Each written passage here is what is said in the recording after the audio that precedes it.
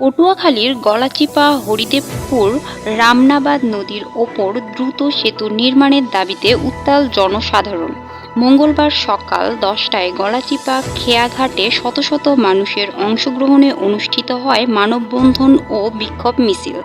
বক্তারা বলেন, সেতু নির্মাণের জন্য আগেই অনেক সভায় অনুমোদন দেওয়া হয়েছে, টেন্ডার প্রক্রিয়া ও কারিগরি জরিপও সম্পন্ন, তবু এখনও শুরু হয়নি নির্মাণ কাজ। জনগণের এই দাবি আর বিলম্ব নয়, অবিলম্বে সেতু নির্মাণ শুরু করতে হবে।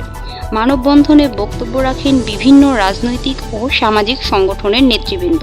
তাদের দাবি, এই সেতু নির্মাণ হলে উপকৃত হবে প্রায় 10 লক্ষ মানুষ, উন্নত হবে যাতায়াত, শিক্ষা, স্বাস্থ্যসেবা ও কৃষি পণ্য পরিবহন ব্যবস্থা। দক্ষিণ জনপদের অর্থনীতিতে আসবে নতুন গতি। তাই জনসাধারণের একটাই দাবি, গলাচিপা নদীর ওপর সেতু চাই, এখনই চাই।